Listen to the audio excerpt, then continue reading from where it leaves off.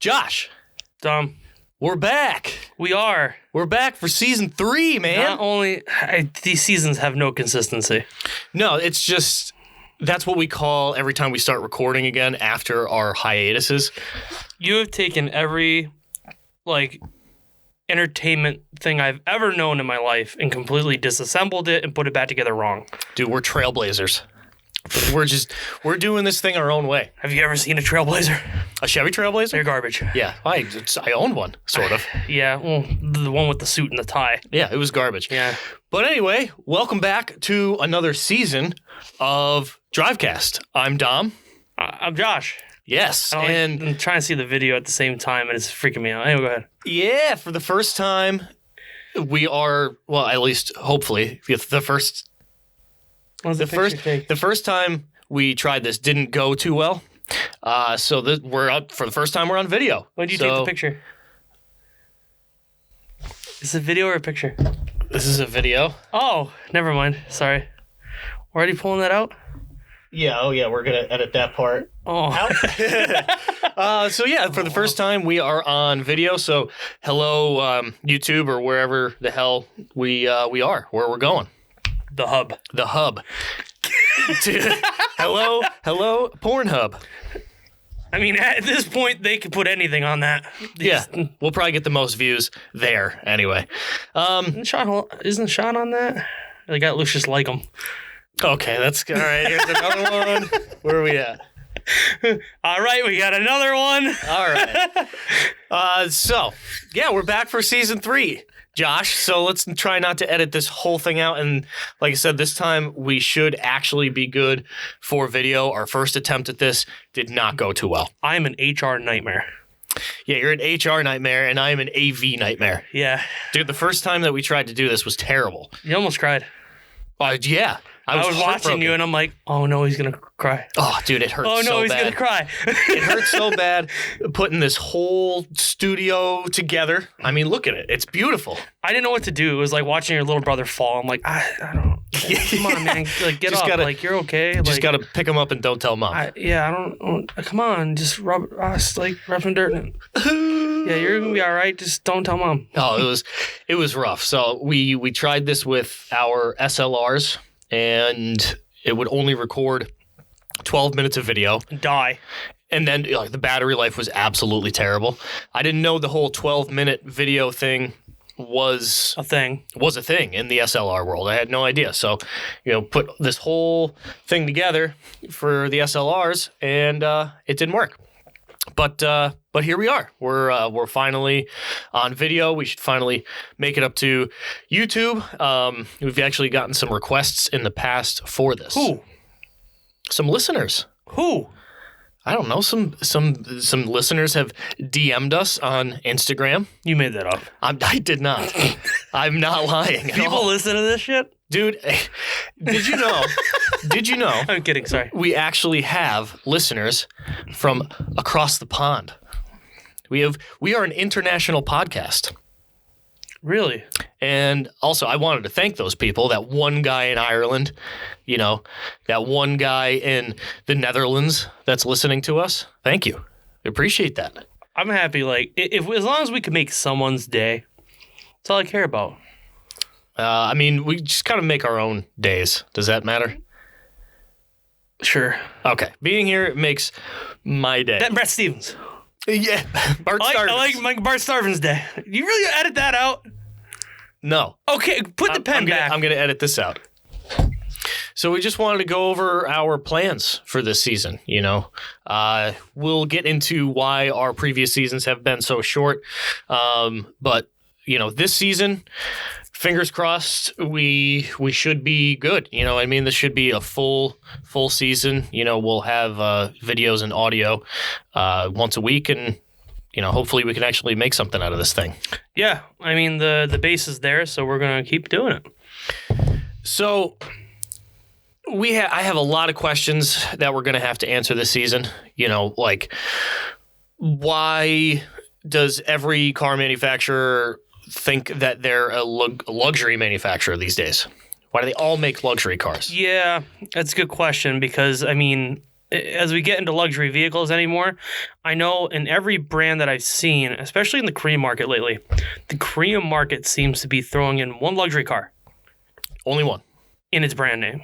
I mean, I think every manufacturer has to have one, but I feel like every manufacturer is trying to create an actual luxury name around their brand. So now Hyundai has done this successfully. Yeah, but then now that but they branched off. Exactly. Yes. So with Hyundai doing that, I'm wondering if these other companies are trying to make that happen as well and follow suit of saying, okay, we released we're gonna get right into it, man. Kia has the Telluride, right? Yeah. Well, you mean we're gonna get right into it now? Oh, we're doing this right now. Okay. All right. So, this was planned for another episode, so we'll talk about this quick, and then we'll real quick. Yeah. But getting into that, Kia has the Telluride, right? So Kia has released that as their luxury SUV. I wonder if Kia is going to break this off into some type of other company, or I want to see what happens with that. It's a very interesting topic that we'll talk about more. But for example, that's more what I'm thinking. I don't know if you're thinking the same thing. Well, yeah, that's exactly it. You know what I mean? We will talk about that more. Yes. In our episode that's designated for that. Other questions like why does every F1 team why is every F1 team principal a James Bond villain? Yeah, they're all evil. Dude, it's not evil. They look like Bond villains. And have you heard of? Do you know who the name of the Mercedes principal is? Toto Wolff. Yeah, okay, tell me he's not a villain. Dude, how about Gunther Steiner? Yeah, exactly. They're actually, you know what? They're all German or of where did Arnold Schwarzenegger come from? Austria. Yeah. So they're all they're all in that little tri-country area. Central there. European. Central European I don't know Central why. Europe? That is probably Central Europe. Maybe our Dutch listeners can let us That's know. probably Central Europe, because if you think of Eastern Europe, then you're thinking of England, Eastern Europe United is Kingdom. Russia and Sorry, Ukraine. that's right. Western Europe. Yeah. Sorry, Western Europe. Get yourself a I'm compass. sorry, man. I'm shot. Western Europe would be, I shouldn't have. Ireland, England, United Kingdom, what it's called now. Yeah. I don't even know. Yeah, whatever. After Brexit, we don't fucking know what's going on. Anyway, I have no idea what's going on. Excuse the language. We don't know what's going on. I have no idea what's going on. Right. So actually, I mean, a few updates on us, really. Yeah. I have become completely and utterly obsessed with Formula One. You're welcome. Dude, thank you so much. It took one race. To do it, and I've been obsessed. That's all I've thought about since the season has ended. So a little bit of backstory here, in case anyone doesn't know this. Dom and I live in the same house. Which is why we're sitting here not wearing masks and Exactly. yeah, in our studio. I literally have lived with this guy for 3 years, so it doesn't matter. So for 3 years we lived together, and we finally started watching a sport together, which I hate ball sports. Sorry. I don't care for them. Dude, baseball is the best. Anyway, so I'm not a huge fan of ball and kicking sports. Just saying. So, anyways, it's about cars, not about your sports. Anyway, continue. So, to have a major motorsport that we both can enjoy, other than NASCAR, but NASCAR is kind of hard to watch because it's in weird times at the middle of the day. So hard for you. You're always busy. Yeah. You're always doing something. The thing I like about F1 is usually either in the beginning of the day or at the end of the day or at nighttime. That's what allows you to watch Yes, because usually I'm out the door 10 o'clock at the latest, 9:30, 8 o'clock in the morning. I'm out the door when it's not a work day because I got things to do. But I like that we can finally sit down and watch a motorsport together. Yeah. Because after living in the house with you for 3 years, I have finally found something that we can sit down and watch together because you watch a lot of TV. I do watch a lot of TV. So mostly sports. But the one race that did it for me was the Bahrain Grand Prix. That was that was probably the most exciting race all year. Yeah, that's why I have been nothing but obsessed with it. Because that race was just amazing. Yeah. So yeah, I've become obsessed with Formula One. So I think we're going to be talking a lot about motorsport this season, a lot more about motorsport this season. Yeah. Even right now, representing WRC, got the Ford hat for the M Sport team. Not that I really have a particular team in WRC, but WRC is starting soon, so we're going to get into that as well. What else? Oh, I bought a Jeep. You did buy a Jeep. I did. I bought a Jeep. It's 2000 Jeep Cherokee, an XJ. For those of you who don't know the chassis codes, yeah, it's a whole big piece of shit. Yeah. Excuse my language again. You had a nice car. I had a nice car? Yeah, I like the Legacy. I mean, I know you liked the Legacy. Dude, they spiked in value. Yeah, of course, as soon as I sell it. As soon as you sold that car, they have went through the goddamn roof. Well, here's the thing, too. So I sold this car for what I thought was just under what it was actually worth. Because this thing, it didn't have any rust, but it was in rough shape. It had dents and dings everywhere. Little did Dom know, he was incorrect. Right, apparently. Because it had dents and dings everywhere. You know, the trunk didn't open. The passenger side rear door didn't open. It made a bunch of noises. So easy to fix those things. It had 220-something thousand miles. It did have high mileage. That was the biggest problem with the vehicle. It just wasn't in that good of shape, honestly. Correct. It was good for this area, only because it wasn't rotted out. It was not rusty at all, really. No, I had one bubble on the passenger rear quarter. I'll get that, though. But that's it. So I thought this thing was worth, $3,000. It's a 07 Legacy Turbo 5-speed with high mileage that needed some work. It leaked oil everywhere, all the time. Yeah. But I thought it was worth about $3,000. So I listed it for a little over $3,000. The guy who bought it for a little under $3,000. Gave the kid a deal, This kid turns around and lists this thing on the marketplace for $7,600. Yeah. There's no way that it has grown that much in value in such a short period of time. No, but. Especially because he didn't do anything to it. All he did was he put the factory shift knob back on and then tinted the windows, and that's it. Everything else was the same. It still had the same snow tires on it. It still had the exact same peeling wheels on it. The bodywork hadn't been done. He didn't do anything. First tried off, to double. More than double. OEM sells. And second, tint sells. Yeah, tint sells. But yeah, right. But it does, seriously. Dude, tint does not add $3,000+ No. I'm just saying it looks better on the vehicle to make it sell better. It is a good aesthetic thing. It makes it look better. Just like roof racks. Exactly. Yeah. For measuring on what it is, but it's a personal thing. Anyway, the value of vehicles right now is absolutely out the roof. I don't know what I don't know why, but I've never seen this spike this much for any vehicle at all. Like, I know like the Porsches were big recently. Everyone's trying to get a 911. Oh, yeah. Everybody is, because that's a bunch of rich guys sat down and said, we want these. Now the price has gone up the roof because the demand's there. And people who've been sitting there hoarding them, holding them, are making out big time. They're investment cars. I get that. But it's everything, man. Everything. You can't get a car for $500-$600 anymore that runs and drives, or $1,000, $1,200. Like the wagon I got is probably the last vehicle that I will get that's a good deal on the market right now. Yeah, I mean, that was together. Has been a huge sports car bubble. Yeah, enormous. 2020 has been a weird year, man. The Dodge Viper outsold the Jeep Patriot, which is honestly the best news that I've heard of 2020. Yes. In 2020, the Dodge Viper outsold the Patriot. I don't have the numbers in front of me. That's crazy. But I'll look into the article and then see exactly what. It's another episode. But anyway, we'll talk about that. We'll get back. What else was weird in 2020? The Porsche 918 outsold the Jaguar XF Sport Brake. Wild. Nuts. That just goes to show you how much Americans hate wagons. Yeah, absolutely. I'm so sad about that. I love wagons. They're the best. So, 2020 was a weird year. Like you said, even there's been a huge sports car bubble where people are paying astronomical numbers for pieces of garbage, and obviously there's a lot more in 2020 that happened that's been weird. But those are just a few things in our world that have been crazy. It's been seeming like when the stimulus checks come in, that's when people are buying more cars. I mean, it makes sense. I get it. It makes sense. But at the same time, they're not buying new.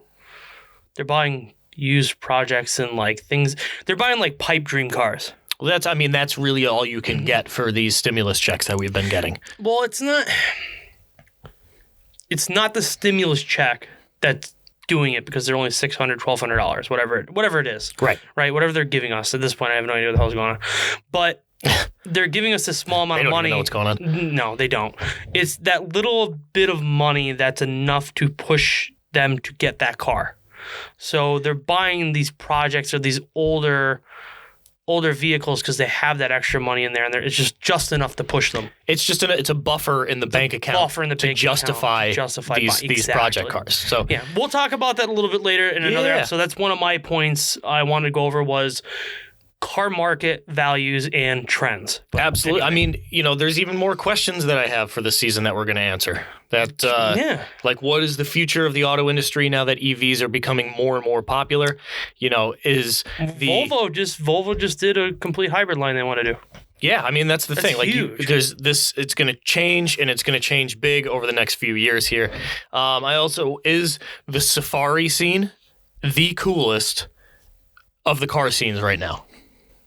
I'm not going to say no. We'll get into it, man. We'll get into that. It's another conversation. So yeah, I mean, that's kind of an update on, what we have going on this season. You know what I mean? That's what we have kind of coming up. We'll definitely be talking more here soon. Mm-hmm. So, hate to do this on the first episode here with all this going on, but I wanted to get kind of personal. I wanted to get kind of personal with you and with the listeners and now viewers, people who have actually been following along. Dom and I have decided to marry, and we are deciding to adopt a child. Not that personal. Oh.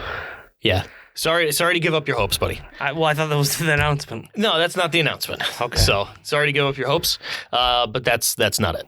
What if Kristen was... Never mind. Yeah, Kristen wouldn't like that too much. Well, she was out of the picture. What's that? Well, she was out of the picture. Then we could do whatever we want. No offense, but I'm not saying I want to do that. Sorry. All right, buddy. Sorry. But anyway, I wanted to, kind of speak a little personally here for the people who have been listening. I wanted to thank everybody who was listening when we were putting episodes out consistently every week or every other week. And I also wanted to thank all of the people that have been listening for the amount of time that we've been gone. It was amazing to just log in and see the numbers, going up and having us not have posted an episode in months. Big shout out to Brett Stevens and Greg Snyder. Right. They're just the only ones listening. Yeah. Actually, Greg called me before. I just want to tell you this before you have your statement. Greg did call me, and he said that this was his number one podcast listening to. That's amazing. It also was the only one, but... Right. It doesn't. It's still at number one. Still number one. Still a number one. So yes.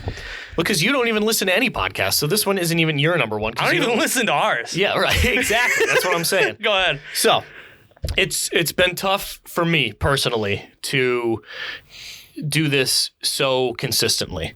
I have been struggling for a long time. Roughly 10 years, maybe even longer at this point. I've been struggling with, some pretty severe anxiety and, some pretty heavy manic depression. For those who are watching on video, thanks for that, Josh. You appreciate it. I'm trying to get a little personal here, and you're making awkward little Gatorade movements over here. But I've been struggling with that for quite a while. But it's gotten to the point where if the product isn't what I had in my head, then my immediate reaction is to throw it away.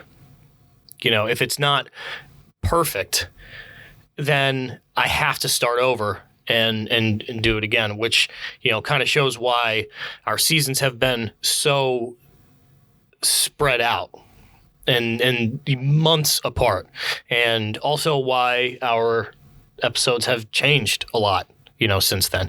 I mean, evolution needs to come in certain things like this, but, one of the biggest reasons that it hasn't been consistent and our seasons have been so short is because I get into this perfectionist mode where everything bothers me. and I just cannot get through it. And my initial reaction is to just stop and throw it away. And that's the last thing I want to do because, like I said, I appreciate everybody listening so much. It's amazing that us just sitting here having a conversation has people actually tuning into it, and it's amazing. That's why we wanted to do it. So I don't want to get to the point where, I have such a mental struggle that I stop doing this altogether. So the support has been amazing. We just want to take it further. We just want to, we want to do this. I want to do this. And that's like what Don was saying. I mean, the whole reason he wanted to do this and got me involved was we would sit on the couch and talk about this stuff anyway. So why not get it recorded? Yeah. It's every car guy does it, man. We sit down and we talk about this stuff, and it's just taking our lives away from the couch and putting it on a recorded area like this and just putting it on some type of streaming service because we enjoy talking about it and we want to hear other people talk about it too. Yeah. I mean, trying to get it. It's pretty much just trying to get a giant chat room going, but without having the chat. Yeah. The internet is a scary place. Yeah. But yeah, I mean, I am pushing through this, sort of mental illness that I've been working with for a long time. I just want to push through and keep going. I want to keep putting content out, and I want you guys to enjoy it. I want to see what we could really do with this. So, end personal statement. I just wanted to thank everybody for continuing to listen and, kind of bearing with me with, not being consistent and, kind of just being all over the place. So, yeah, thank you. Thank you, guys. And we appreciate you listening. And, we're going to keep doing this. But as of right now, we're going to take a quick break and we will be right back. I cannot wait until we are sponsored and I can be like, we're going to take a quick break. And then kick hack commercial comes on. Well, that's what we're doing. Uh-oh. Okay. Yo, Josh. What's up, Dom? You ever want to start a podcast? Not really. It kind of forced me into this one. I did force you into this one. But since we've started one, let me tell you about Anchor. What's Anchor? Anchor is the easiest way to make a podcast.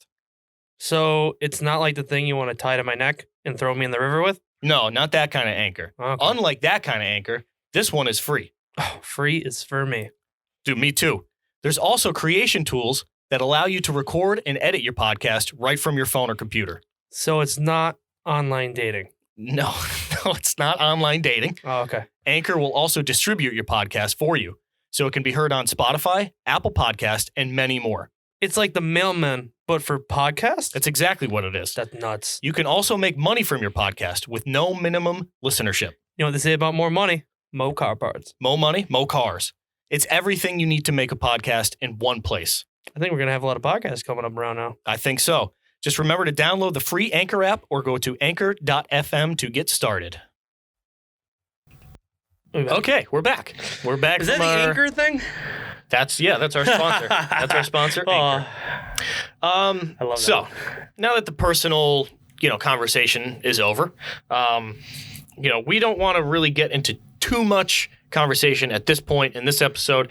There was just a few things I found on the internet that I just wanted to talk about. What does the internet know that we don't? It's this thing that flies around us and visits a house every day and puts things on your phone. And when you get up in the morning, you open it up and it already has things planned out for what you're going to search. Yes. Is it? Wow. It's sort of like an electronic Santa, right? I'm frightened. I'm frightened by that. Okay, yeah. That's just so disturbing. So there's some polls that were taken on the internet on a social media site called DriveCast recently, and I wanted to participate in these, little polls and just kind of see how wrong you are, how wrong everyone else is. What? Yes. Yeah. Oh, you have some pretty bad opinions. Okay. No, dude. Let's go. Let's you gotta hear this. I just want to see where everybody's head is in a lot of these questions. In their anus. Yes, absolutely. So one of the questions here was Ford Mustang generations from favorite to least favorite. Oh my God. So what they have on here, and I'm sorry for the the viewers currently, but I'm going to be looking at my phone. Please pretty say they intently chose here. the Mach 1 as the best. No. Oh my God, that'd be terrible. So they have the original Mustang, late 60s. Yeah. They have the 2015 to current Mustang. They have the, sort of the pre-facelift previous generation Mustang of the mid 2000s. I hated that. Yeah, exactly. So Although the Saline version of that car was the cover of Midnight Club, and I liked it then. yeah, the Celine and the GT500 were great, but hold on, let me finish this here so we don't get lost. So they have the original Mustang in the 60s. They have the 2015 to current. They have the sort of 05 to 20 10. They have the Mustang 2. Oh God. Which, if you don't know what the Mustang 2 looks like, you have to look it up and see how absolutely atrocious it is in every aspect. They have the Terminator generation. Late 90s, sorry. Late 90s, early 2000s. And then they have the Fox body, which Fox bodies are fuego. I guarantee that I didn't look at this data yet. I looked at some of it, but I didn't look at all of the data. I looked at most of them. I just didn't get to all of them. Let me see. I'm gonna take a guess. So, as you're pulling this up, I'm gonna tell you how I ranked them. I'm gonna get upset so badly. I ranked the best Mustang as the 2015 to current. Overall, it is the best car on the list. It's the most powerful. Has the best. Yes, that's the one. It came in all fuzzy. That's I just terrible. Screenshotted it and sent it over. Right. So that didn't work. Anyway. All right. So I'm sorry. You can't look at it. Let me see it. Okay. Well, hold on. Let me finish up. All right. give me that. I can kind of figure out what they are. Yeah. So I ranked the 2015 to current as the best because overall it's just the best car. Okay. I ranked the Terminator gen, the late 90s, early 2000s Mustang as the second best. Really? Because... Hold on, gotta plug in my computer. This notebook is for the times that I'm gonna have to edit out of here, so that's one of them. Okay, back to what I was saying. My favorite, or also known as the best, is the... I'm the best. That was beautiful, actually. That was good. That was not. Go ahead. You had some vibrato in there. It's like when I don't know what that means. What's a bravado? Bravado is that a type of lettuce? A bravado is an Oldsmobile. Is a bravado a type of lettuce? Yes. Anyway, so I ranked the 2015 to current as the best because it is. It's just the best car overall. It's the most powerful. It's the best looking. It is the most comfortable. It sounds the best. It's the best Mustang that has been produced. I ranked number 2 as the late 90s, early 2000s Terminator generation because of the Terminator Cobra. Okay. I mean, it holds a little nostalgia for me, I guess, but it is absolutely fantastic, the Terminator Cobra. It is a very good vehicle, and they're starting to level out in value. After they had skyrocketed, a few years ago. Yeah. I might be wrong, actually, now. Might have gone up. They probably are. Dude, there's been a sports car bubble. They'll continue going up. So number 3 for me was the first gen Mustang from the 60s. Number 4 is the Fox body. The Fox body was kind of quirky and didn't really fit too well into the Mustang line, but it was a great car. Number 5 was I don't even know what gen to call it. Mid-2000s. Mid-2000s gen. Yeah. And number 6 was the Mustang 2. So, do you want to hear how people of the world ranked these things? Hang on. I want to rank mine. 1 second. Okay. All right, so you rank yours, and then I'll tell you how wrong everybody is. Can't believe the Mustang 2 was actually almost a feasible thought. It was more than a feasible thought. It was a product. It was a thing. It was a thing. Can't believe it was even. Sorry, let me rephrase. Can't believe it was even a thought on an engineer's desk. Anyway, yeah. They should never have pushed the piece of paper across. Oh, we got a dog. So barking. you know what my the last option is the Mustang 2. Yeah. So first is 1960. Okay. It's the most iconic thing, man. Second, 2015 and up. Third would be the Fox body. Fourth would be the Terminator, and fifth, there's six, right? Yeah. Fifth would be the early 2000s or mid 2000s, like 2006, 2005. Yeah. Mustang. That's my choice in that order. So 1960, 60s, the first Mustang, 15 plus, my second option. The Fox body, Terminator, early 2000s, and then not Mach 2, The Mustang 2. Yeah, so that's my option. That's my opinion on it. So you were a little closer to what everybody else said, but I'm just going to tell you how wrong everybody is on these cars. So they ranked the first gen Mustang as number 1, which is fine. Yeah. I can accept that. They ranked the 2015 to current as number 2, which I can also accept. But here's where things go completely awry.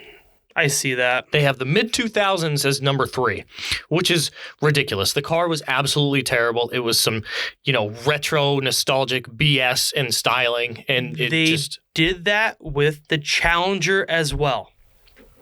It was all plastic. Like, they try to make the car still look retro, but still be modern, and instead they covered it in plastic. Yeah. It's so bad. It's sort of from that time where cars were making the automotive versions of Michael Jackson. Yeah, it was My voice cracked so bad right there. Super cobbled together cars. Yeah, just plastic surgery to make them look Hollywood. Like vehicles, It was terrible. And then here's what's terrible, because obviously the Mustang 2 is the worst Mustang. It's one of the worst cars ever made. I can't believe it's up. It was number 4 on the list. Drive Tribe must be a bunch of boomers. No, Drive Tribe is a bunch of people from other countries. So I don't think they have as much appreciation for certain Mustangs as we do over here, because I don't think they have the knowledge. Like I'm not insulting anybody from Europe here, but you obviously don't know your Mustangs if you're ranking the Mustang 2 as number 4 on this list. You don't know your Mustangs. The Mustang 2 was terrible. It was horrible. It was ugly. It was slow. These stats. Oh, God, it was terrible. And then number 5 was the Terminator gen, and number 6 was the poor Fox body. The poor old Fox body was number 6. Absolutely ridiculous. Know your Mustangs. The Fox body is absolutely spectacular. On to the next one. Right? What one is it? This is the rank these small luxury sports sedans from which you'd most like to own to which you'd least like to. And again, I understand these are opinion-based. They're polls. That's what they're for. But that doesn't make you any less wrong. I can't read the options really, but... you know what? This one's really close to what I would actually put together. Actually, this is actually what I would have done. So let me tell you mine. Go ahead. Let me tell you mine. Number 1 is obviously the Alfa Giulia. I saw one today. They are, they look good in motion. They look good standing still. They're one of the only cars that I can get up real close to and be like, man, craftsmanship on this looks good still. It's amazing. Yeah. Alfa Giulia, number 1. And I'm not even talking about the Quadrifoglio. I'm talking about the standard Q4. Excellent car. Number 2, I put the Volvo S60. Because Good choice. I'm weird. Because it's a very, very interesting car. Dude, when we went to the auto show, I still look at Volvos and I'm like, man, it's such a nice car. Yeah, they're absolutely beautiful. And I turn the speakers on and that family behind me, like, oh my God. Yeah. Number 3, I rank the Jag XE. Yeah. Because Jags have a horrible reputation in this country, but they don't deserve it. Number 4, I put the Genesis G70 for one main reason. Because it's I think it's the only car on this list that you could still get with a manual transmission. And it's a good looking car. It has. Okay. BMW, I believe, still makes, or they started making them again. I believe BMW just started making them. Sorry, man, I'm burst your bubble, bro. The 3 Series, I heard they're still making it with a stick shift. I heard they're coming out again with them. I heard that as a rumor. It might be true. I think we need to get some internet fact checkers on that. Hold on. So the Genesis G70 is also a great looking car.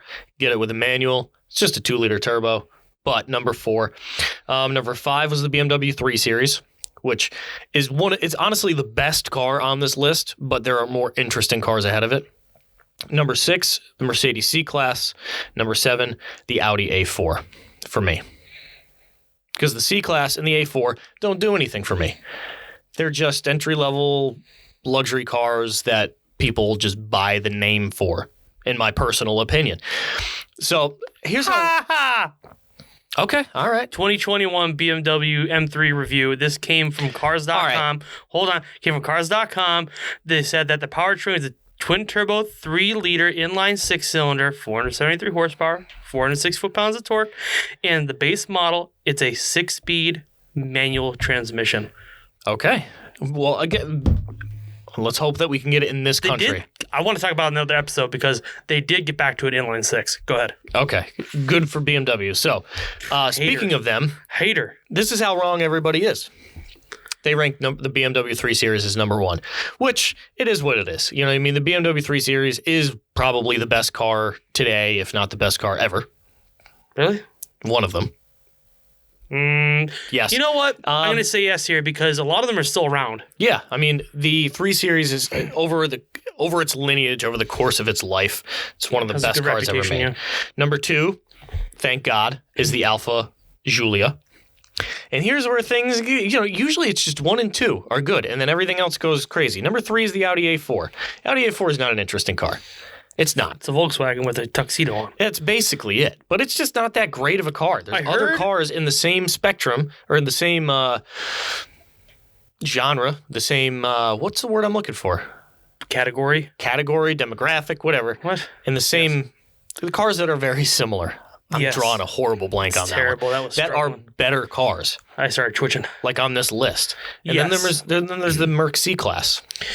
Dude, I am so sick of people thinking Mercedes are such a big luxury line when they drive around in their 3 to 10-year-old C300. The Mercedes C-Class hasn't been good since the mid-2000s when they had the C300, and that's when they were, coming out with the AMG 63. The C63 AMG. Yeah. I don't know, man. They're just they tank in value worse than BMW and Audi. And on top of all of that, people who cannot afford them get their hands on them extremely easy versus BMWs and, BMW's pretty bad too. But that's luxury cars in general. So bad. But the Mercedes C-Class is just not interesting. Not an interesting car. You go to New York and you drive into New York and you see these car dealerships with these cars just slammed into like a little tiny parking lot. Oh yeah, the alleyway parking lot dealers. Yeah, yes. And you're ending up paying 37% interest. Right. I think it's repo. Dude, repo drivers there must love it. Yeah. Anyway. Yeah, so that's where they get all their business, dude. Yeah, you're paying, 37% interest on an 07 BMW 7 Series where it's 2020 suspension collapsed and it's 2021. All the airbags deployed. Right. So the number 5 is the Jag XE. Great. Volvo S60. Oh, I forgot one. The Lexus IS, because I ranked that last. Why? Because, again, we're not talking about the sport models here. We're not talking about the M3 or the Quadrifoglio or the S4. We're talking about the standard trim levels of these cars. Yeah. And the Lexus IS, I could give a crap less about it, honestly. Yeah, you're brutal. Dude, I'm sorry. Luxury brands, I'm very, very particular because... Yeah, you are. I am. Well, I'm particular with all cars, but especially luxury brands because they try to beat each other up to capture a certain market, and BMW just holds that market. There's one thing about luxury brands that... Last was Genesis G70. Sorry to interrupt. I just want to finish that. No, that's all. You're good. So something that you have to notice about luxury brands, right? Where are they mostly located in manufacturing brand home countries? Germany. Yes. Europe. There's a lot of cars that come from Europe that are luxury brand vehicles. As of lately, and especially after the early 2000s, quality has gone down the hill. It's gone way back up, though, recently. Sorry, let me rephrase. Yes, recently it has gone up again, but there was a moment in the early 2010s where things just went to shit. Pretty much for almost every German car brand out there, at least the ones in this country. Again, I don't know what goes on over there. But that's like it's up to our one Dutch listener to let us know. But that's like you look at these luxury brands, right? And you pay so much money for them, and by the time they're on their second owner, it turns into plastics breaking. It turns into electrical issues. It turns into this doesn't work anymore. It's a lot of stuff in the luxury brands where they put so much effort, time, and engineering into it. They're trying to pump these cars out that the quality goes downhill faster, and that's why the values don't hold up as well. I mean, I don't entirely agree with you because the engineering is there. The quality is there. The problem is when people buy secondhand used luxury cars, generally they're out of warranty. That's generally the case. So when they're out of warranty and you have to repair something, it gets very expensive and you either repair it cheaply or you don't repair it at all. Correct. So by the time the third and fourth owners come around, they're buying these cars for even cheaper than you did. Yes. And they're even less inclined to repair these things because the part is still the same cost, but they bought it for a third of what you did. So let me rephrase that because you said something that I noticed I did wrong there. Yes, the engineering is there. Let me rephrase that. The engineering is there. Yes, it is. But when there's more moving parts to something, there's more potential to break. Yes. So with these luxury brands, you get more, you break more. You pay more. And you pay more because it's less... It's less quantity of the parts that are being used and the quality is higher.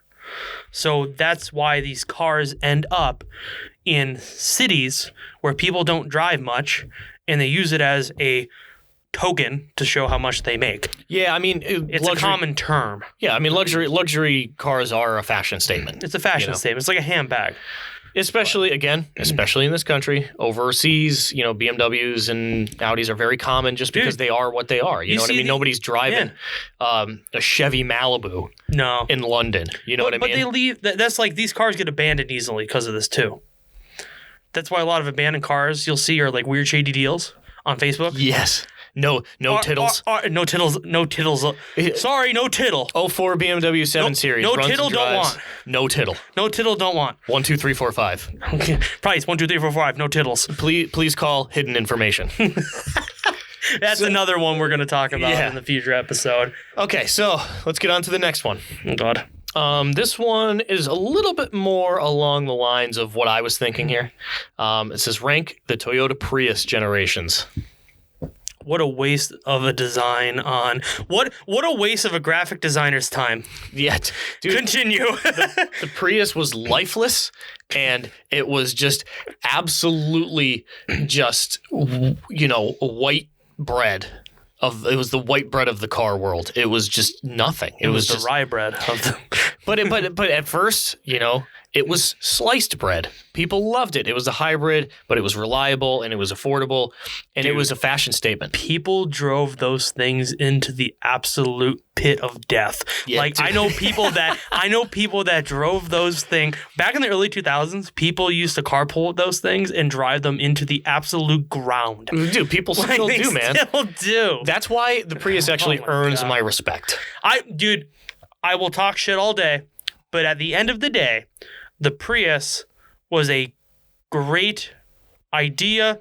It was a great it was a great piece of transportation. It was a great piece of transportation when it came down to what it needed to do. Yes. I just hate people that drive them. In every other aspect, it was terrible. It was horrible looking. It was slow. It created this huge surge of hybrids that are still terrible to this day. I just can't stand the owners. The owners are so pretentious, dude.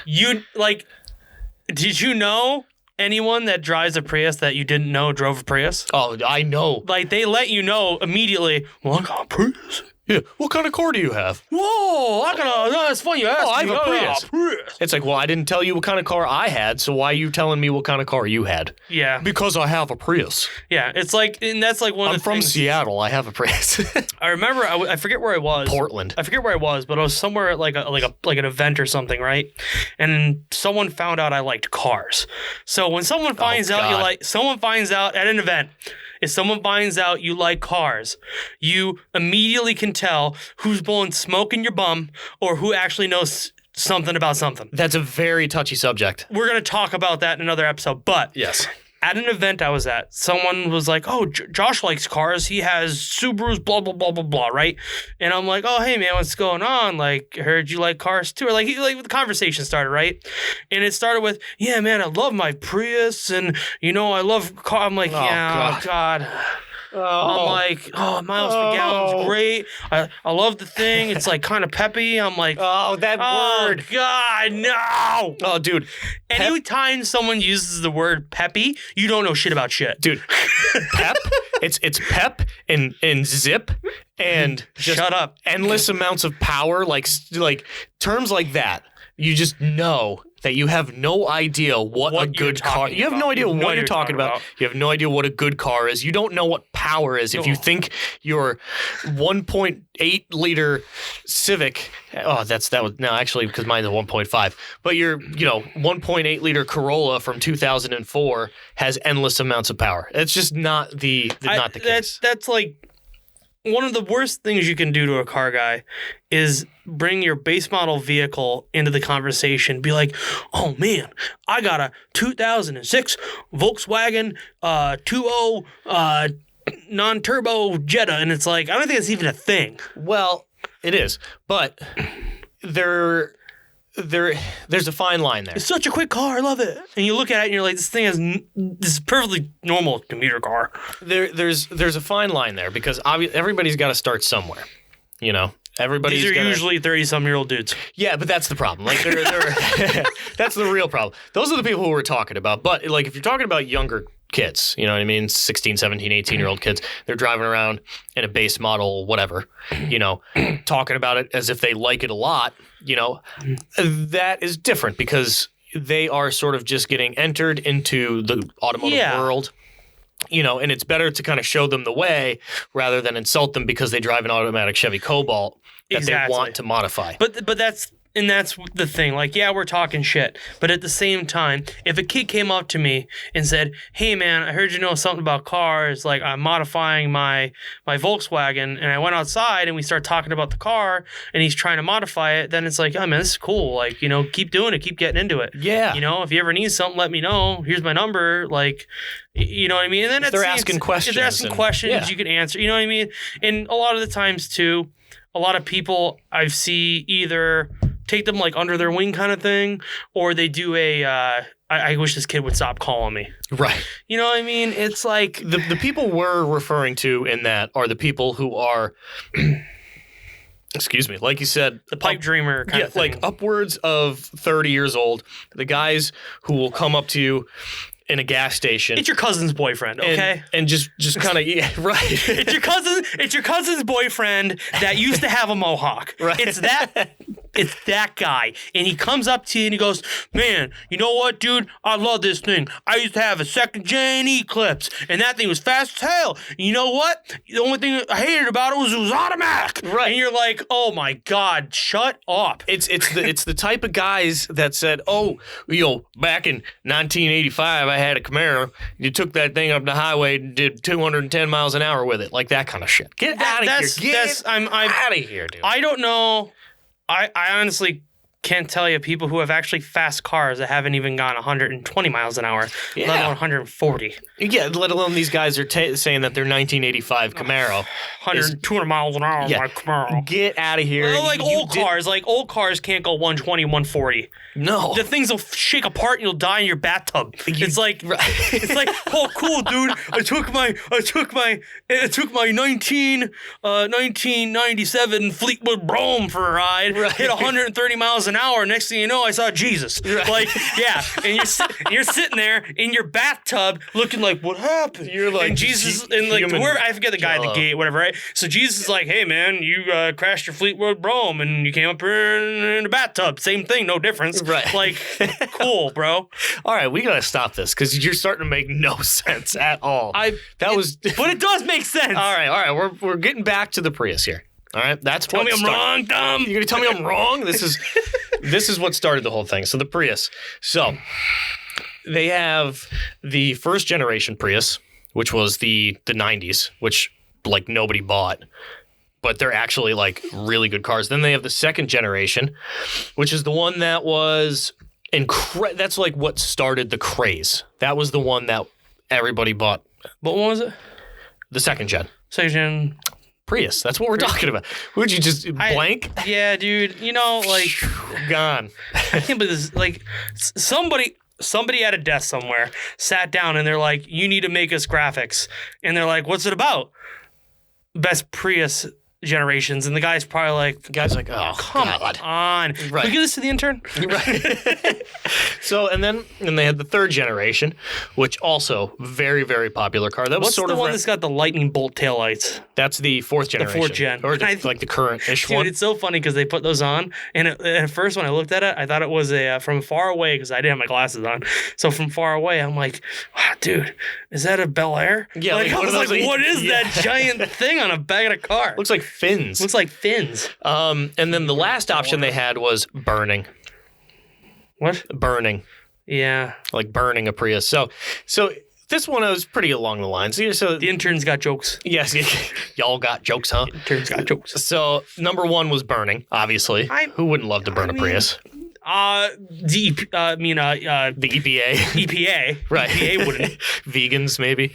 And then next, everybody selected the fourth gen. I picked the first gen. Dude, a toaster. Dude, no, the first generation Prius was a good car. I get that. I get that. I understand it. It's a What lie. are you looking at? It was moving. All right, yours did it too. I didn't say anything. You did say something. Yeah, but it was... Continue. All right, so the first generation Prius was a good car. Yes. And it was very underrated. How do you know it was a good car? Why, dude, you could tell. How do you know? No. I want to know. No, I'm calling your bullshit. Don't call me on this. No, it was a good car. Where is your data? Because I don't have any. It's anecdotal, dude. It's an opinion, all right? That's what most of this stuff is. I'm sorry, I had to ask you why. That's what most of this whole podcast, this whole thing. Somebody finally said, "Yo, where's your data backing this up?" And you're like, Well, you don't need.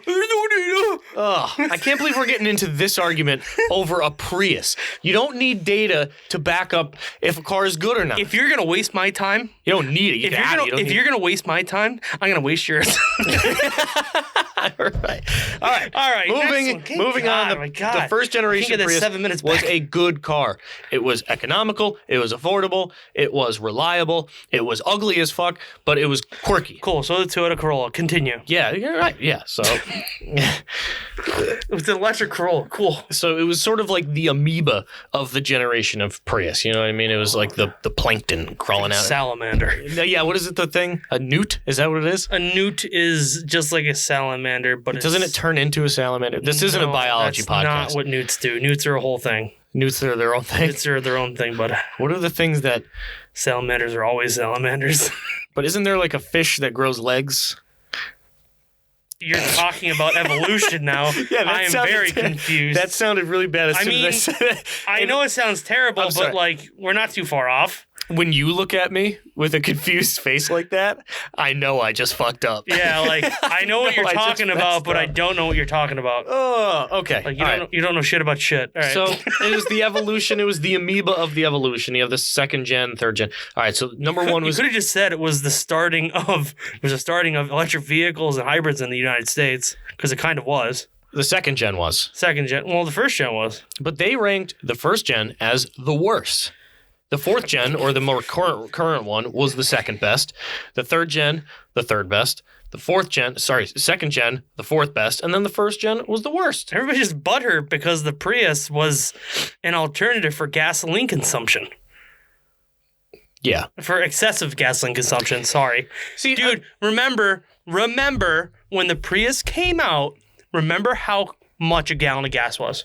Yeah, it was like, well, no, when the Prius first came out. It went up during the Prius's, during the release of the Prius. I believe during the release of the Prius, up until the second year, that's when the gas crisis, well, not crisis, but that's when the big gas price hike happened. It's definitely when the Prius was gaining popularity. In and 2008 it happened. It just skyrocketed in popularity after that. That's back when people couldn't get rid of Tahoes fast enough. Right. Well, then they came out with the Tahoe Hybrid. Still didn't work the same. No, because that was That's a the flex fuel. $70,000. That's a flex fuel thing. No one knew what it was. It had a big electric motor where the alternator was supposed to be. Doesn't make any sense. All right, so I don't want to talk about the Prius anymore. We spent way too much time talking about that stupid You spent thing. too much time. Okay. All right. So. Okay. It said, this one, the description is kind of weird, but it makes a lot of sense once I get to the options. It said, odd 4 doors. Which one is the best? Me use less words. Why use more word when less word do trick? So the options are the BMW M8 Grand Coupe, the RS7 Sportback, the Mercedes AMG GT63 4MATIC Plus. That's a nice car. And the Porsche Panamera Turbo. So it's kind of like those weird sort of long coupe 4 doors. Yeah, they're not. The cars without B-pillars. They're not shooting brakes. No, but they're like But they're also not. They're not 4 doors. They're not saloons. Yeah, they're like real. They're not sedans. They're all within that gray area. Yeah, and that's kind of why. I think Mercedes is probably my favorite. Yeah. So here, I mean, the way the thing looks. I don't know anything about it, but this is great. This is the only one where people of the world were correct because they agreed with me. I ranked the M8 Grand Coupe as number 1. What is the Mercedes again? It's the Mercedes. It is the Mercedes AMG GT63 4MATIC Plus. That's too much. There's too many words in that. That's what I hate about. That's what I hate about the. That's what I hate about Mercedes. Is they put a bunch of garbage after everything. So everybody ranked the M8 Grand Coupe as number 1. Obvious. It is an absolutely gorgeous car. Mercedes looks so good, though. And then they have the RS7 Sportback, which I'm not a huge Audi guy, but this is the best one. Actually, well, it was the best one until they came out with the new Avant. They have a flat black one. And then everybody ranked the AMG GT63 4MATIC Plus, 585 horsepower, and then the Porsche Panamera Turbo came in last. We also are going to have an episode because the Panamera's been around for so long, and they really aren't great cars. The Panamera? I heard terrible stories about breaking down. Yeah, I mean, every car does, but I heard Porsche they break down. Kind of messed up with that one a little bit, which is weird because they did such a good job with the Cayenne. That's why and that sounded sarcastic, but it wasn't. Well, the Cayenne was Cayenne, whatever it is. It was one of the first SUVs to come out that was a luxury other than Mercedes. Yeah, well, it really revolutionized that sport SUV. Exactly. But we're not running out of time, but we're talking about this. Let's move on to the next one because I guarantee we could talk about this one for so long. Oh, God. So this one works off percentages, okay? So what is the most iconic Japanese car? They have the R32 GTR, the FD RX-7, the R34 GTR, the Toyota Chaser, the Toyota Aristo, or the Supra. I hate how they put Nissan twice.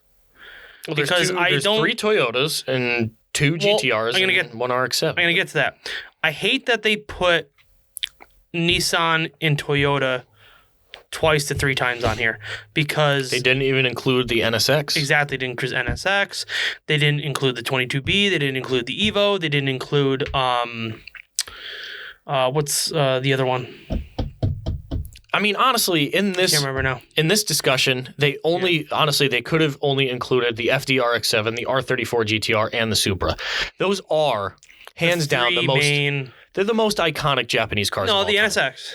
The NSX is up there, but it doesn't have the same sort of hype. Not hype, but it doesn't have that icon mentality of the FD, the R34, or the Supra. Yeah, well, that's what they could have said. They could have just said FD, GTR, NSX, or Supra. That's really it. I mean, I feel like that would have been a little cliche. Am I forgetting one that I thought of before? I don't know. I don't know what I'm thinking of. But you could tell this wasn't made in America because there's no way that...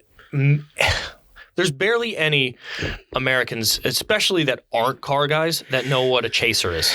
Exactly. Well, the reason people know about them now is because they're drifting. It's because of the JDM craze. Yeah, if it wasn't... Dude, anymore, you're seeing a lot of those cars getting imported. And they're either cutting the front ends off them or they're slamming them on the ground. Yeah, I mean, they're great. They're one JZ, two JZ cars. Yeah, exactly, yes. Maybe they're just... I mean, the 92 is probably an Uzi, a 1UZ V8. Yeah, but the V8 still... It's probably a 7M, maybe, or a 1J. I don't know. I don't know much about these cars. Me neither, but they're all... I know that the reason they want them... And if you're drifting, people, awesome. Tune into it and let us know. But the camera's up there. If you're drifting, guys, and you want to get involved, you keep tune looking in. at it. Well, yeah, it's right down. Hello, if you're drifting, guys, and want to tune in and ask us some questions or say what we're saying is wrong, then comment and tell us. Because I don't know what the... I almost dropped an F-bomb. Hey, Dave, I've dropped a couple. Anyway. So... I mean, this one's kind of obvious, though. Well, I thought it was a little more obvious than it actually is, but 23% of voters chose the R32. It's Godzilla. It is the Godzilla. No other... It is the true... Well, now that you say it like that, yeah, it does make sense. But that's a generational thing. Yeah. 7.6% chose the FD. I find that weird. Dude... Well, here's... back again about... we'll talk about it more in our market episode, but... FDs. Just ridiculous. Stupid money. 41.7% chose the R34 GTR. Yeah, that makes sense. I think I know why.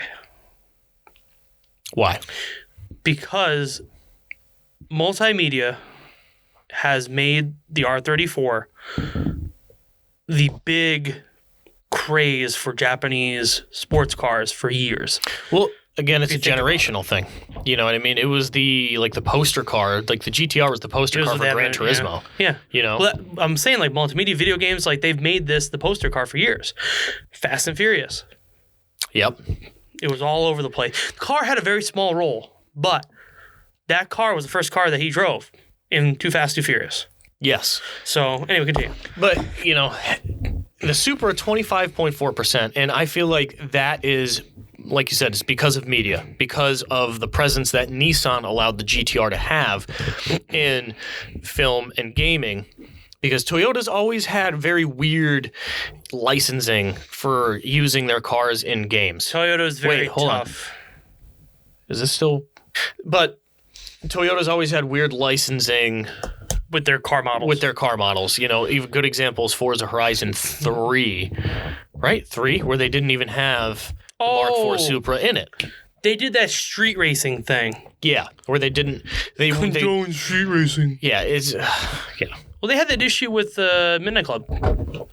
I don't think it was in Midnight Club at all. You're probably right. Midnight Club could not get Toyota. Yeah. They got Nissan. Exactly. Dude, again, Nissan was involved in that. I don't think Toyota at all was involved in it because they couldn't get the licensing. Have to go back and look, honestly. Yeah, I'm not sure. Look at that now. The Toyota Chaser was 1.9, and then the 92 Aristo is 0.4%. It makes sense, and I still don't understand why they picked those. Out of these two car makers, which do you think makes better sports cars, Toyota or Honda? I'm going to say Honda, and here's why. Honda puts more engineering and development into multiple models of sports cars than Toyota does. Exactly. Toyota has the Supra. Again, yes. I mean, these are the best sports cars that they've made. They have the Supra, every generation of it. They have the first two generations of the MR2. Mm-hmm. They have the... I think second and third generation of the Celica. Every other Celica was terrible. Let's for a second, let's think current. They have the Yaris GR. Yaris GR. Let's think current for a moment. Okay. So, current vehicles Toyota makes that are sports cars. The Supra and the Yaris GR. Okay. Also the Camry. Well, they have the Camry TRD, but that's just a fancy version of a normal car. Okay. So you have two vehicles, right? Honda has the Accord. Well, they have the Accord Sport, but that's the same. That's the equivalent to I thought they had a different motor and it was a turbo, like a big. Well, they have there's two engines you can get in the Honda Accord Sport. You can get the 2-liter turbo, which is a detuned version of the Type R engine, or you can get the 1.5 turbo, which is, more or less the exact same engine that's in the SI. Mm-hmm. But currently, Honda has the SI and the Type R. Yes. The NSX. And the NSX, sorry. Yes. I thought there was one more. Well, Acura has the NSX. Acura has the NSX. Over here. Yeah, you know what I mean. Well, that's like saying Lexus has the...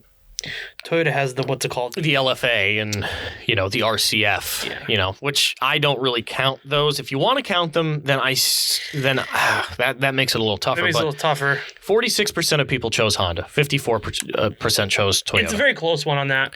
I very closely.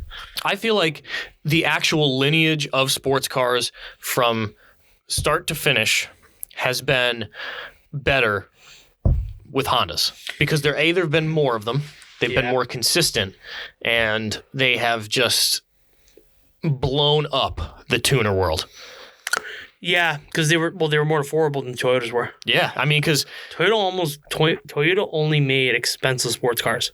Honda made affordable sports cars. Like where between 2001 and 2014, maybe.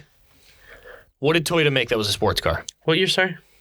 All throughout the 2000s until now. Technically, they made the Celica. I think the Celica was it. They had the MR2 for a little bit, but that wasn't even... That generation was 2 years. Terrible. So the Celica, and that was it. I think the Celica was the car that they had for a sports car, wasn't it? Yeah, that's what I'm talking about. Is there any other ones? I'm sure we're missing something, but it can't be a big name player because if we don't know what it is.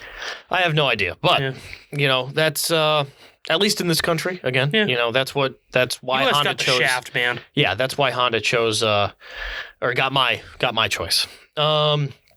This one we kind of already talked about. Germany versus Italy head to head. Which one would you choose? The 3 Series or the Giulia? Surprisingly, the Giulia took this one. It was 60.9%. Nice.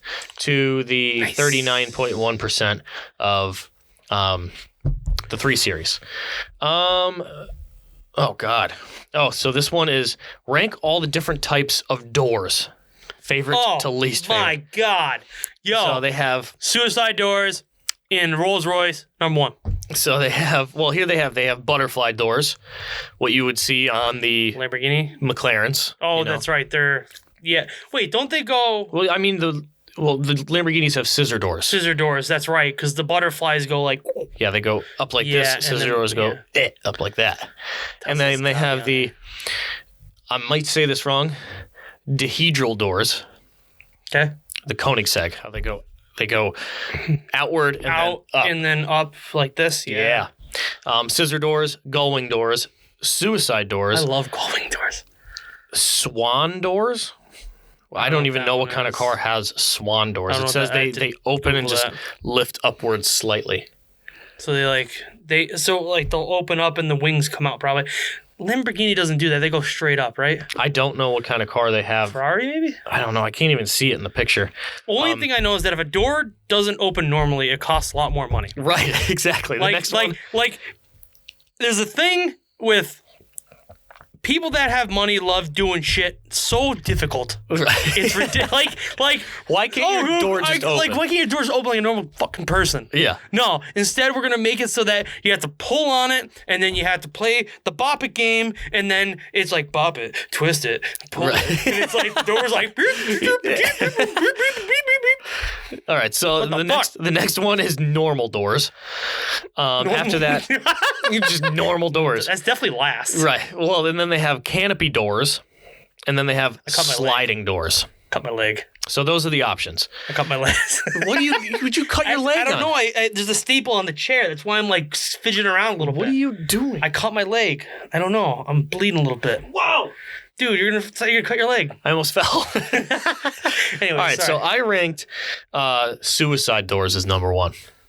I love them. Dude, suicide doors are so cool. But it's only a normal door backwards. But that's what's cool about it. But the thing is, especially if you pair a normal door and a suicide door, My and race they car open needs suicide doors. needs them My or race has car them? needs suicide doors. Yeah, right. It's So then, stupid. So then, if your latch breaks while you're racing, then it just goes ooh, and it just flies Can you off down the imagine, road. like, oh, there goes. Yeah, and That's why suicide doors really aren't that practical, That's because why- the way air goes when you're driving somewhere in a direction, the force of the air is pushed into the door and fucking blow it off. That's why they're called suicide doors. That's exactly why they're called that. Yeah. All right. I chose suicides as number one. Some of the coolest cars in history have had suicide doors. I chose butterfly doors as number two, just because they're similar to scissor doors, but they are definitely more aesthetically appealing. The McLarens and their butterfly doors are. It's a nicer opening than a scissor door. Yeah. Scissor doors are kind of played out at this point because of the tuner scene of the early 2000s. Do you consider the Teslas That's a gull-wing. a gull-wing? You consider them a gull-wing? Yeah, I do. I think they are. Yeah, the Pretty sure model. they What's are. that? The Model S. X. The Model X. Model X. Yes. That's where that model. So, little side quest, right? Little side quest. So we're going on a side quest, right? So you need to make a meme of me on like a little map, and it says side quest. So we're on a little side quest quick, Okay. right? This summer there was a accident in Clark Summit where someone in a Tesla Model X got hit by an Impala. Disclaimer. Clark Summit is a town in Pennsylvania. Yes, Just 2 minutes down the road from where we're at. northeast of Scranton. Second disclaimer: it wasn't an Impala; it was a Nissan Altima. It was a Nissan Altima? Anyway, whatever it was. It was viral dash cam I couldn't footage. remember. So it was a viral dash cam video or whatever it was. And this guy crawled up the median and hit this lady. Dude, he didn't crawl. He flew off the median and hit the lady. He barreled into this median at. Smashed this All right, so lady. Clark Summit, the speed limit going through the area where the highway exit, where this accident happened, is I think 35 miles an hour. It's in a sketchy spot, though. But the damage that occurred on this poor woman's vehicle was Didn't he come from like the left lane? well, the lanes here. Oh, if the viewers God. could see this, all right. So the highway comes down like this, and then the road comes around like that. Okay, and then you can go that way. So the lady's parked here. All right, this is for the viewers, listeners. Really, She's watching the traffic coming in. yeah. So she's at the light here, and there's a median Against that. right next to her. So he comes flying around this corner, hits the median, and almost vaults, almost jumps this woman's vehicle. And instead, I think he hit like right above the A pillar or the B pillar or something. It was above the quarter, like right where the glass yes, is. it was. It was. The C above the C pillar was the rear of the car because the door flew open. Remember? Yeah, it was. It was like, whoa, there's a door flew open. Yeah, we thought like There it I guess goes. like Teslas do that. I guess that was a thing. They're supposed to It's open supposed during to an open during an accident. Yeah, because if they they don't won't have open, door then they're going to handles. get stuck closed. Yes, exactly. So anyway, as Dom was saying with his hands, which I don't know how much you Say got. it as I was saying with my hands. So as Dom was saying with his Is that hands, sign language? saying with your hands. As he was saying with his hands, he flew over the median and hit the lady in the back quarter panel, and the car just starts rolling away, and the doors fly up. Yeah. I was like, "Oh shit, that's crazy!" Yeah. So anyway, that was the whole. That's my side quest. We're back on our main quest. All right, that was the whole side quest. So number 3 was gull-wing doors. Number 4, dihedral doors of the Koenigsegg's. So cool. So much better. Really weird, but so much better. I like how they come out and then just that's probably my favorite actually. Yeah. Because they're the most hard to engineer. Because if they're coming out like that, there has to be like a hydraulic arm or something that's doing that.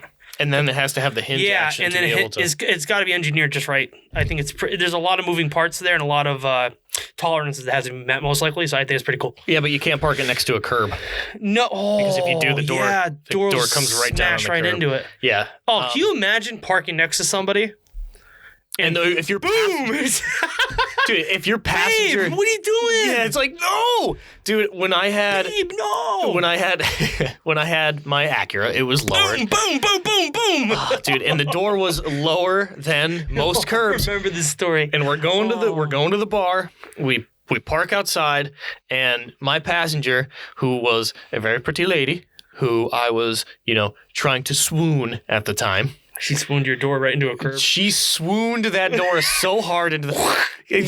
Oh, dude, that noise. The noise of a door scraping along a curb, and then the noise of somebody looking back at you and saying, oops. Yeah, so that's what they do. So that's what they do. Whoopsie. Oopsie. So... I was like, yeah, whoops. I was like, now you have to get out of the car to take some of the weight off of that side, so then I could close the door without peeling the door part out. Yeah. So it's funny you say this because I had the same thing happen to me in my old WRX. I just hear, and I'm like, oh, come on. I'm like, are you kidding me? And she's like, sorry. I'm like, you gotta get out now. She's like, well, I'm gonna try to pull. I'm like, don't fucking touch it. Just stop. Don't touch it. Please. Just get out of the car and let me handle it. Okay? God. So she got out. And then as soon as she got out, she wasn't heavy or anything, but as soon as she got out, it was enough to like settle this, like I could like close it out, totally destroying the door. Oh, and God. As you know, we both had plastic dip cars. Yeah. So the bottom looked like a dog's dinner. I'm like, oh my God, no. Just ripping it off. Just ripping and the tearing. Oh, God. For a future segment, we will have, let's ask a lady questions about cars. I was actually thinking about that. I mean, we're doing it. Well, I wouldn't even say a lady. Just talk to somebody who doesn't know anything about cars and just quiz them. Kristen knows a little bit about cars. She knows a little bit about Kristen's cars. the only option because she lives here. She does live here. So that's she's the only person that lives here that doesn't know anything about cars. And she would definitely be game to come talk on the show because it's our basement. It is our basement. No, this is our studio, Josh. Oh my God. We have a racing seat. We have a Need for Speed ad from the movie with Aaron Paul from 2014, 15, something like that. I'm still in high school. No, I was. I was going to say, really? I graduated in 13. What else do we have? We have Koenigsegg flag. We have our Jägermeister flag. I can't stand Jaeger, dude. SideQuest, what's up, buddy? Sorry. So where are we at? Let's all right, let's move on. Too far. We're running out of time, so let's move on. You're killing from the me with doors. not having these topics. These opening episodes just turned into absolute dumpster fires. Like every opening was like, "Hey guys, welcome to the season. We're gonna just bore you and talk about a bunch of bullshit for 15 minutes." We're not boring ourselves, and that's what matters. So the next is a 6-cylinder and a full-size SUV. What's the best choice? We have the Ford Expedition. I said that weird. Ford Expedition 3.5 liter. Expedition has a 3.5 liter in it? The Ford Expedition has a 3.5 EcoBoost. That's the only that's the only available engine for it. Really? We have the Dodge Durango with the 3.6 Pentastar, which is just an NA V6 Are valve those timing. the ones that they found the sand in? I don't know. I didn't even hear about that. What are you talking about? So Jeep Wranglers, they found out there was a recall on the motors because the blocks still had sand in them from the castings. Oh, that is that engine. Yes. It probably is that engine. And then they had the Chevy Tahoe 3-liter Duramax. Can you imagine the text? SideQuest, buddy. You did what? Right. Can you imagine like the RO comes by and the tech's like, what is this? Right. What do you mean it's a recall? Yeah, it's a recall for the motor. What do you mean I have to disassemble the engine and shovel the sand out? The sand out with a straw or like a big pipe with like a pipe cleaner. Like this is a big pipe cleaner. They're just sitting there with like a little plastic pail. I see Benner Silas plastic like, are shovel. You kidding me? Like with the big pipe cleaner? It's so stupid. They just give every technician a turtle-shaped sandbox. He had a plan. Right. They would love it. Oh, God. They would love it. The last one before the side quest that you went on here, the Chevy Tahoe 3-liter Duramax. I could back that one, and here's why. Well, I chose that one as number 1. Yeah. Everybody else chose that one as number 3. Recently, my friend had been looking into getting a new truck, and he didn't get a new truck, but he found a lot of information about the 3.3 Duramax. 3.3 3-liter. 3.0 Sorry, 3.0. Yeah. It's a 3.0 straight 6. He found a lot about the 3.0 Duramax, and he found out that they can actually tow quite a bit, and they're actually very fuel efficient motors. I don't think there's not enough out there yet. They're new. That's the thing. They're new. There's not enough out there yet. But from what I've been seeing recently, I like Duramaxes. I like Duramax motors. They're fairly good motors. But the problem with the Duramaxes that they had was that the body around the Duramax would totally rot off the Allison. The Duramax and the Allison Trans would just be the only thing left. They would, yeah. Yeah. Yeah, so where Ford would have everything right out. engine blocks included. The engine block. Number 2, I chose the Expedition because honestly, the Expedition is a very, very nice Super vehicle. mainline vehicle. So nice. So everybody buys them. I get that. That's the only Very thing. That's expensive. the only thing keeping Ford going. I'm pretty sure that and the trucks. Between the trucks and that SUV, I think everything else they make is garbage, especially all their commuter crossovers. But that's God, all they're they terrible. make are SUVs and trucks. They got rid of their well, cars. That's right. They got We rid of their talked about cars. that last season.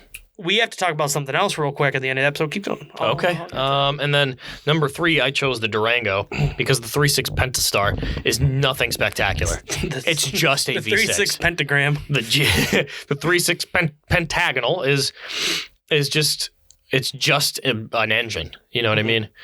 Aren't they all? But no, I mean they're not like the 3.5 EcoBoost. It's interesting. You know what I mean? It's powerful, but it's still efficient and it is reliable. You know, it's interesting. The 3.0 Duramax is a new. Would you stop? I got stabbed real good. It's goddamn. It hurts. You want a Band-Aid? No, I need to. I have blood on my hand. Oh God! I stabbed myself pretty good with the chair. All right, let's There's finish a this up. staple. It got me. All right, we're gonna finish this up Look at quick. me like I'm stupid. Yeah, so you can go Take a shower. Yeah, heal your wound over here. It hurts. I get stabbed. You can go nurse yourself back to health. But the 3.0 Duramax is so interesting because it's a new straight 6 diesel that's in, these 1500 style. yeah, SUVs. half-ton SUVs. half-ton trucks and SUVs. It's interesting. So I don't know why they chose that as number 3. Maybe just because they don't know what it is. They don't know about it. Yeah. So. All right, we'll do this as the last one. Okay. Because there's quite a lot of these. There's quite a bit. Yeah, there's more than I thought. I just heard of them. And we were talking about them for a lot longer than I thought we were going to. Yeah, I still want to break some news here. Go ahead. Okay, so what's the best engine configuration? Ooh, They have the i4, i5, i6, i8, V2, V4, V6, V8, V10, V12, V16, W6. Never even heard of a W6, W8, and W12. For sound, I go with the V10 because the sound of the V10 is amazing with a small literage V10, high revving like the LFA. I mean, even the large capacity V10s sound good in the Vipers. And Viper. Oh, sorry. Well, BMW is not a large V10. It's a small V10, isn't it? It's a 5 liter. It's 5 liter. That's small. I think it's a 5 liter. It's probably smaller, yeah. Then the V10 in the Viper is very nice. It's like an 8.4 liter. Trucks that had no problem. Right. But the thing is, I chose the V10. I think on this list, it is the engine with the most character. It is, but I have a rebuttal. Can I just make my point quick before you rebut? Because I didn't even quite make my point on why it has so much character yet. Okay, so the V10 has so much... You freeze there for a second.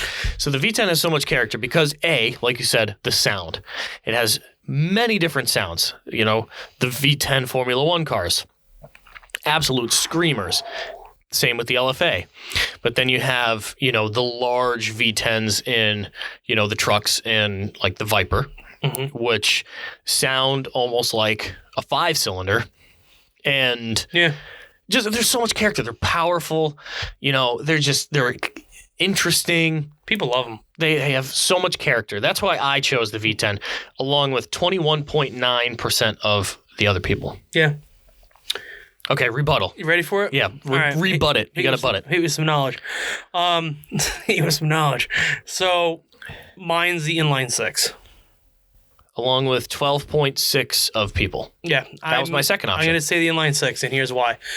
I have known vehicles with inline 6s to outlast many other vehicle configurations.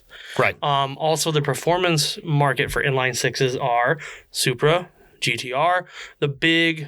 Cherokee. That's not a performance. What are you smiling at me for? That's garbage. I have one. Well, they're great. They're great engines. Sorry, they're not garbage. They're great engines. They're just not performance motors. No, they're not. Cummins.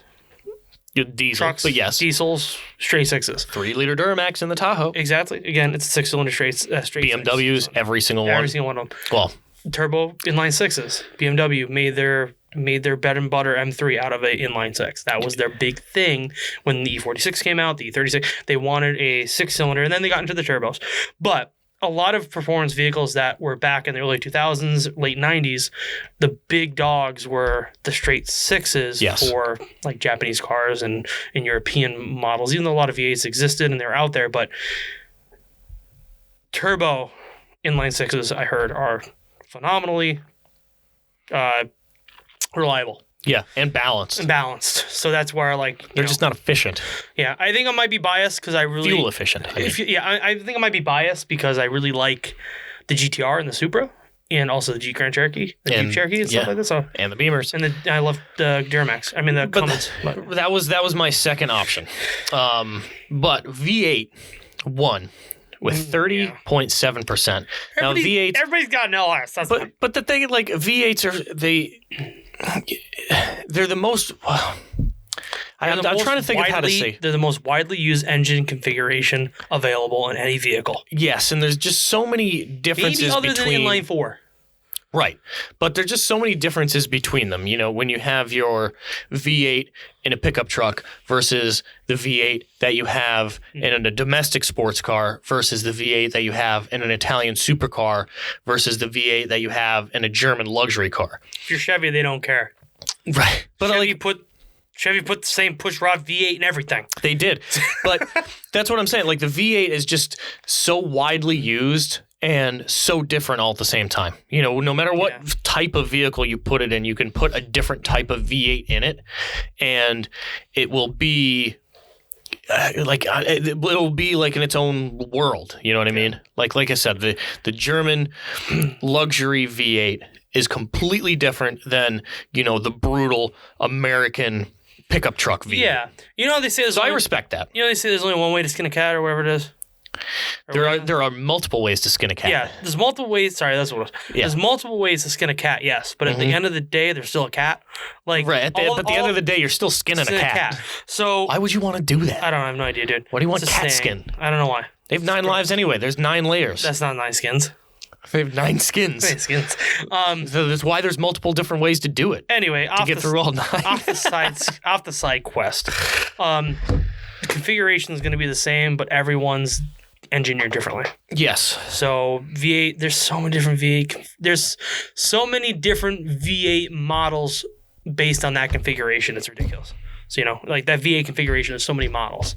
So that's cool. It is quite an amazing piece of machinery, and the differences the difference that they create in every engineering department of whatever manufacturer. Yes.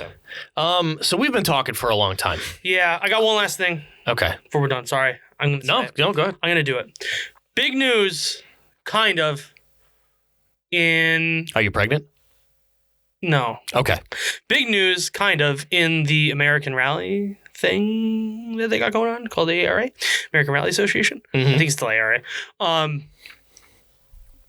Supposedly, I don't know if this is true or not, but Ken Block recently had announced that he is no longer bound to Ford Motorsports.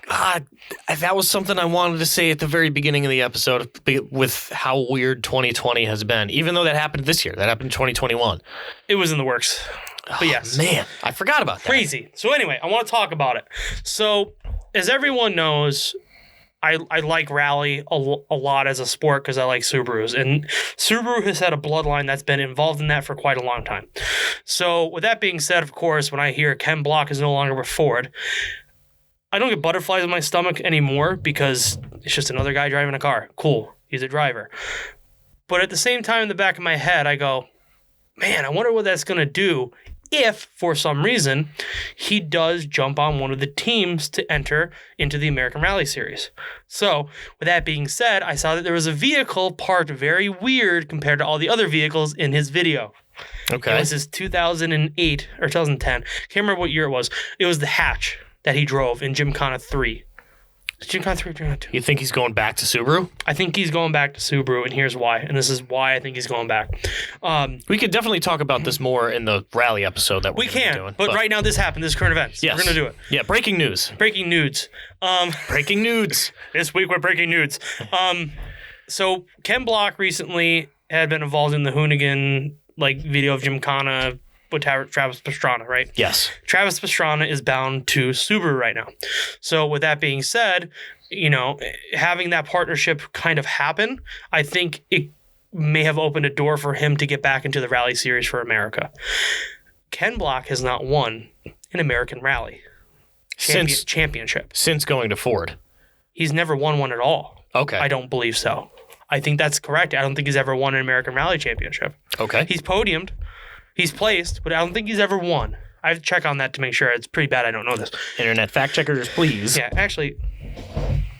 So, as I was saying, Ken Block has never actually won a rally championship. He came in second in 2014. He came in second place next to David Higgins. Okay. So, with that being said, technically, he has never won a rally championship. He hasn't done that, and that's something I think he wants to do.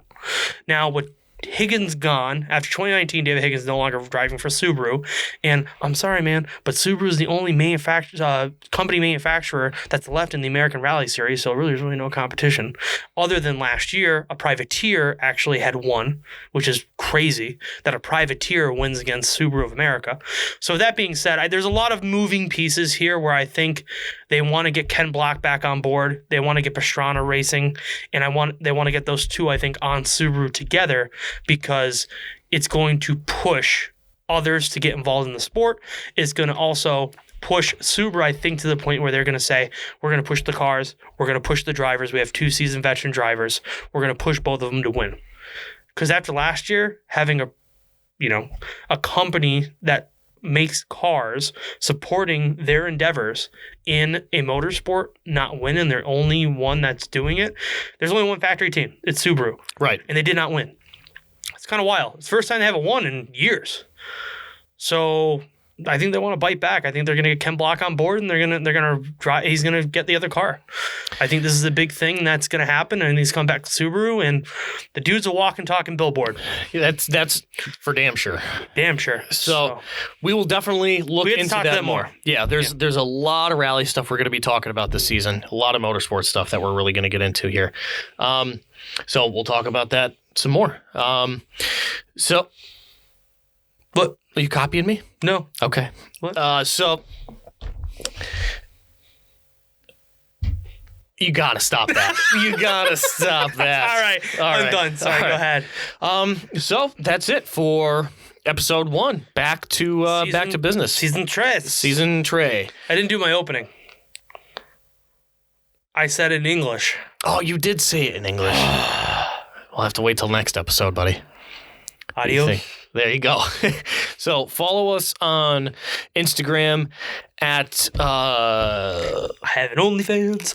Yeah, follow us on OnlyFans. OnlyFlans. It's OnlyFans. Follow us. I forgot our Instagram name there for a second. Follow us on Instagram. Dude, you control all of that. I know. I know. Follow us on Instagram at tunedin_drivecast. Follow us on Facebook at tunedinmedia, and follow us on Twitter at capital TI_drivecast. We really appreciate you joining us again in here at season 3. We appreciate you listening. We appreciate you watching. Thank you very much, and we'll catch you next time. We appreciate you. Okay. Oh shit. Stop recording. Gatorade. Oh, dude.